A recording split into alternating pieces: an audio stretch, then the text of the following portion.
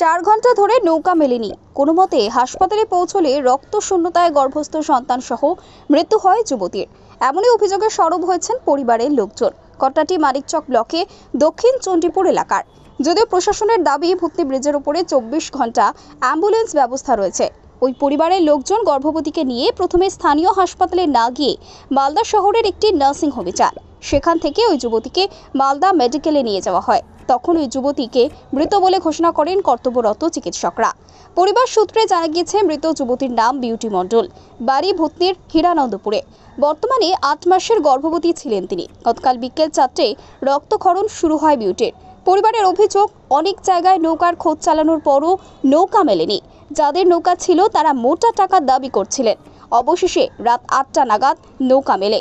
মালদায় পৌঁছতে রাত 11টা বেজে যায়। রাত 1টা নাগাদ গর্ভস্থ সন্তান সহ মৃত্যু হয় বিউটি দেবীর। মৃতদেহটি ময়নাতদন্তের জন্য মালদা মেডিকেল কলেজ অ্যান্ড হাসপাতালের মর্গে পাঠানো হয়েছে। কে? আমার বৌমা, 8 মাসের গর্ভবতী। 4টা থেকে ব্লিডিং শুরু হলো। তারপরে আমাদের তো ভিত্তিতে কোথাও বন্যা আছে, নৌকা জোগাড় করতে অনেক সময় লেগেছে।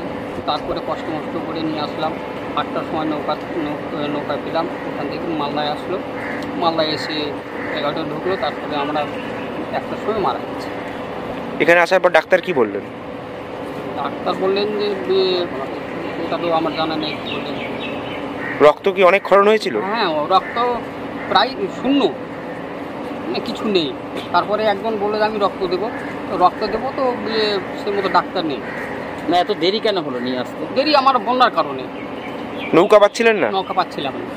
কতক্ষণ লেগেছে নৌকা পেতে? মোটামুটি 4 ঘন্টা। আর এমনি আসলে? এমনি আসলে 1.5 থেকে 2 ঘন্টায় চলে আসছে। সে জায়গায় আপনার বিকেল 4টা থেকে রাত 11টায় পৌঁছেছেন। হ্যাঁ। যদি নৌকার যদি সমস্যা না হতো, মানে বন্যার সমস্যা না হতো, তাহলে কি মনে করছেন বৌমাকে বাঁচানো যেত?